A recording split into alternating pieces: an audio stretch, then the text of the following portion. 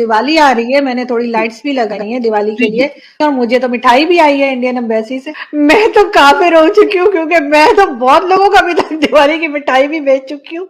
तो मैं वो क्लिप दिखाती हूँ, हम फिर बात करते हैं। जी, याद रखिए, गैर मुस्लिमों को उनके त्योहार पर विश करना हराम है। आप हैप्पी दिवाली नहीं बोल सकते। अब वो आप कुछ लोग बोलते हैं वो हमको ईद मुबारक बोलते हैं ना, तो वो उनका मसला है। हमने बोले गला पकड़ के ईद मुबारक बोलो हमको, हमने बोले थे उसको, उसने बोला। अगर वो हमको बोलते हैप्पी दिवाली तो हम क्या करना?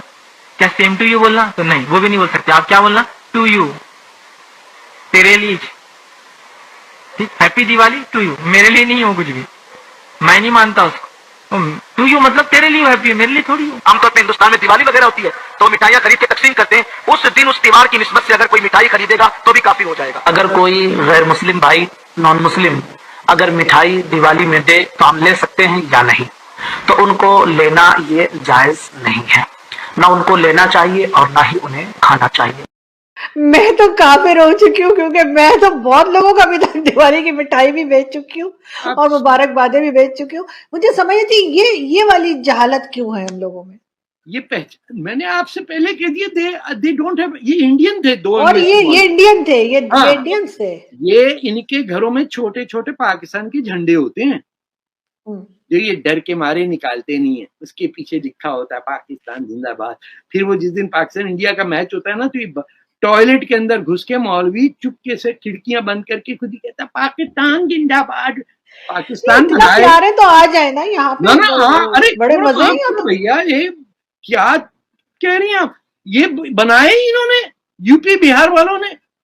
क्या मतलब पंजाब में लोग पाकिस्तान मना रहे थे क्या? मतलब किसी को हैप्पी दिवाली नहीं कह सकते, वो कह रहे हैं कि आप काफिर हो जाएंगे। आप सोचिए इंडिया में फिर क्यों हशर ऐसा होता? वो सुन नहीं रहे क्या आप टीवी पे आके गलत कुछ और कहते हैं और प्राइवेट में कुछ और कहते हैं। वहां जुम्मे के दिन हर मस्जिद में कुल 50,000 से 1,00,000 मस्जिद है, वहां दुआ मांगी जाती है कि या अल्लाह मुसलमानों को कौमुल काफिरीन पे फतह नसीब करे। ये वहां बैठ के दंगा फसाद। आप कहें किसी से बता रहे भैया गोश्त खाते हैं। वो अजमेर शरीफ के लिए भी मैंने सुना था कि वो कहते हैं कि ठीक है, उनसे चादरें या पैसे सामान ले लेते, कहते हैं कि दुआ कबूल नहीं होगी ना। हमने रोक के रखा हुआ भी, ढक्कना लगा दिया दुआओं के ऊपर, यूं बंद खर्च करके रख दिया। बस इनको बेवकूफ बनाया हुआ। ये आगे दुआ मांगते हैं, इनकी सुनता कौन है? अल्लाह मियाँ तो खुद ही अपने हैं मुसलमान, हमारी सुनी जाती है। लेकिन रब्बुल आलमीन कहा जाता है, रब्बुल मुस्लिमीन नहीं कहा जाता। इनका क्या पाकिस्तानी और इंडियन मुसलमानों का क्या ताल्लुक अल्लाह मियाँ से? मुझे बताइए आप। जिनका ईमान है कि खून बहाए बगैर कुछ नहीं हो सकता। ये जो बांग्लादेश में 30 लाख मुसलमानों को क्या हिंदुओं ने मारा था क्या? ये बलोचिस्तान में जो आज मर रहे मुसलमान, ये क्या यहूदियां हैं मारने? ये सर तन से जुदा का नारा जो है इंडिया में, ये किसी हिंदू दलित ने बनाया क्या? किसी ब्राह्मण ने बनाया? ये खुद कह रहे हैं सर तन से जुदा, सर तन से जुदा। अरे भैया, जिस दिन पिटाई तेरी शुरू हो गई तो कहां जाएगा? और कह रहे मियाँ 2047 तक तो 35% हो जाएंगे। और आपको तो पता है साहब, तारिक साहब, हिंदू तो होता ही कमजोर है, तो हमारा 35 उनके 65 से बढ़ जाएगा। दे जेन्युइनली बिलीव कि इंडिया जो है, हिंदू जो है, वो कोई इंफीरियर एग्जिस्टेंस है और मुसलमान सुपीरियर है, और ये गजवा हिंद करेगा, हमारा एक एक आदमी टैंक की तरह जाएगा। अबे जहां जाते हो हथियार डाल के आ जाते हो। लालू खेत में तो तुम जीत नहीं सके, गोली मार्ग पे कब्जा करोगे। ये है बहादुरी हमारी।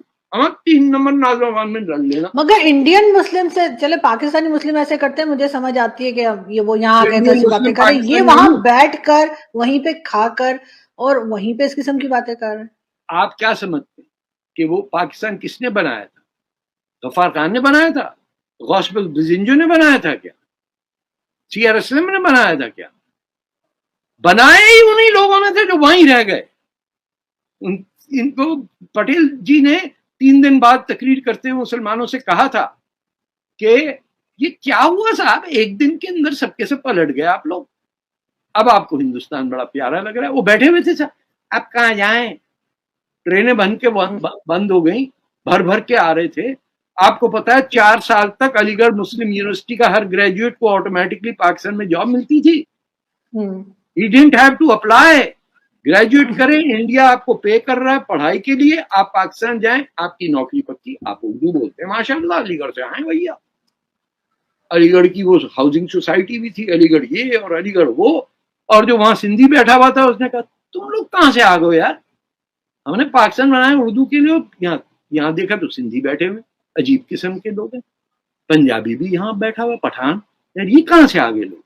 لوگ آ کے واپس گئے ہیں, دیکھا جب انہوں نے ہیں یہ تو یہ عجیب لوگ ہیں, یہ اردو نہیں بولتے, یہ تو پشتو بول رہے ہیں, یہ کہاں سے آ گئے. People have come and gone back to India. اس میں سجاد ظہیر تک بھی شامل تھے, بڑے بڑے لوگ تھے جو بڑی بڑی کمیونزم اور بڑی باتیں کرتے تھے, جن کا پتہ چل گیا فوراً کہ they only consider Urdu speaking people as civilise.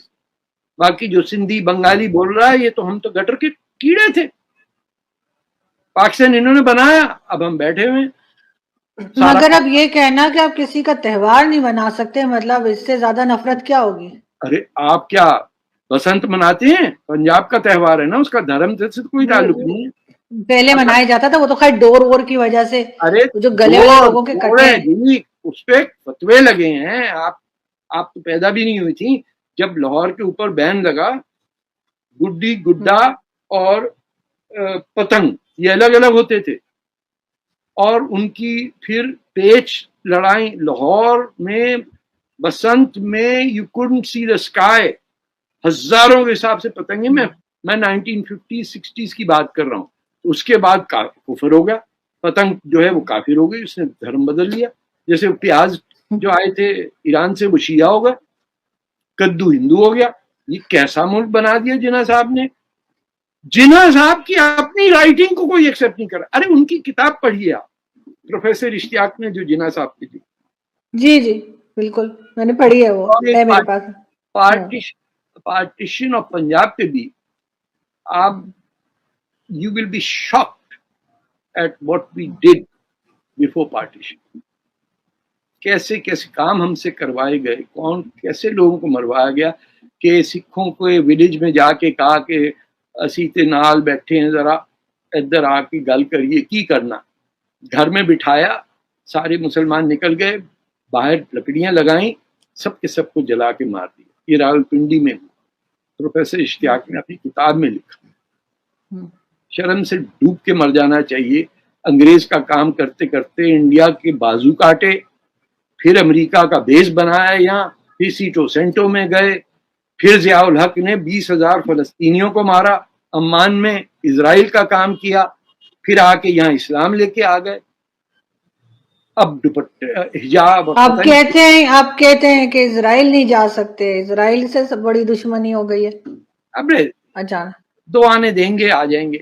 ان کا کیا, اسرائیل کل کو کہتا اگر یہ کہے کہ ہم نے اسکالرشپ رکھ دی ہے 50 ایک وہاں شہر ہے جہاں پاکستانی یہودی رہتے ہیں, اس کا نام ہے رحمہ, اینڈ وہ اپنے آپ کو بنی اسرائیل کہتے ہیں. تو میں گیا تھا وہاں, they were so curious, very Pakistani بولتے اردو ہندی بولتے, بمبئی کے بھی ہیں, but they were so surprised. ان سے بات نہیں کی جا رہی تھی. میں نے کہا کیا ہو گیا ہے, ٹھیک کو کاٹتا نہیں. ابھی ریسنٹلی ہمارے یہاں سے احمد قریشی ایک پی ٹی وی کے اینکر تھے, وہ گئے تھے, وہ بیچارے کو جاب سے ہی نکال دیا, نکلو ادھر سے, پی ٹی وی سے نکال دیا.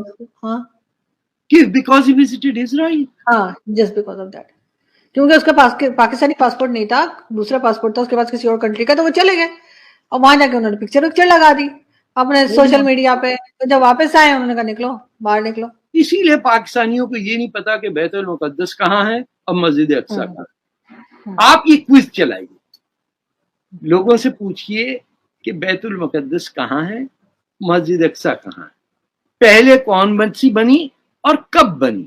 اور یہ جو معراج پہ گئے رسول اللہ براق پہ, تو جب مسجد اقصیٰ